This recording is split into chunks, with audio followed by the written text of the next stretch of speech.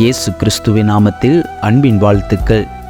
ஒரு ராஜா அநேக போர்களை நடத்தி வெற்றி கண்டார்.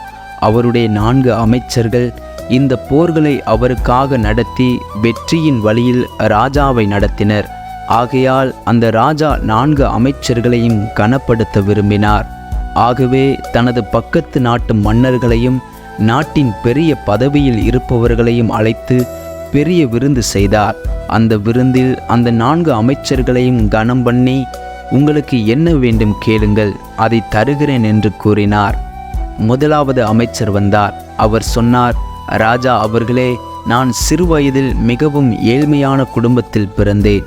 பணம் இல்லாததால் அநேக நாட்கள் உணவு இன்றி தவித்தேன். எனக்கு நிறைய பணம் வேண்டும். ஆகவே எனக்கு பணம் கொடுங்கள், அது போதும் என்றார். அதன்படியே போதும் என்று சொல்லும் அளவிற்கு அவருக்கு ராஜா பணத்தை கொடுத்தார். இரண்டாவது அமைச்சர் வந்தார். எனக்கு வீடு இல்லை, இந்த அரண்மனையைப் போல வீடு ஒன்று கட்டித்தர வேண்டும் என்று கேட்டுக்கொண்டார்.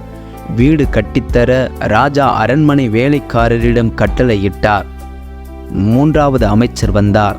எனக்கு வீடும் உண்டு, பணமும் உண்டு, ஆனால் நான் போகும் வழி சரியாக இல்லை. எங்கள் வீட்டிற்கு செல்வதற்கு நல்ல பாதை போடப்பட வேண்டும் என்று கேட்டுக்கொண்டார். அதன்படி ராஜா பாதை போட்டு கொடுப்பதாக வாக்களித்தார். நான்காவது அமைச்சரை ராஜா கேட்டபோது அவரது கண்கள் கலங்கியது, பேச்சு வரவே இல்லை. அதை கண்ட ராஜா, உனக்கு என்ன வேண்டும் கேள், பாதி ராஜ்யமானாலும் தருகிறேன் என்று கூறினார்.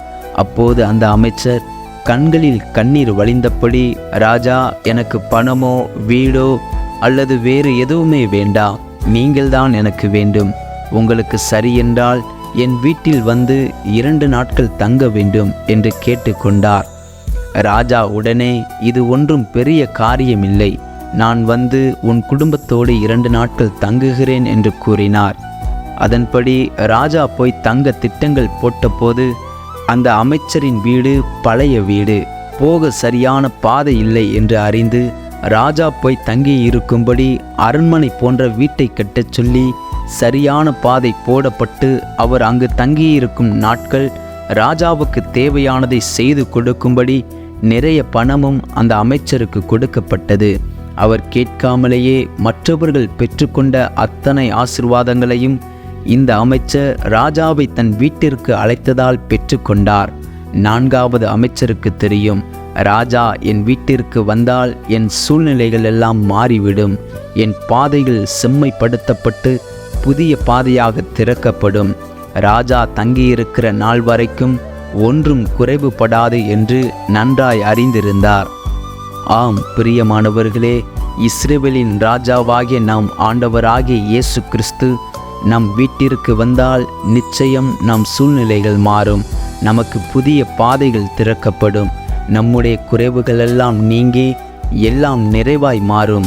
வேதாகமத்தில் சகேயு வீட்டிற்கு இயேசு போனதால் அந்த வீட்டில் இரட்சிப்பு வந்தது. பூமியின் ஆசீர்வாதத்தை மட்டும் அனுபவித்த சகேயு பரலோக ஆசீர்வாதங்களுக்கு பங்குள்ளவராய் மாறினார்.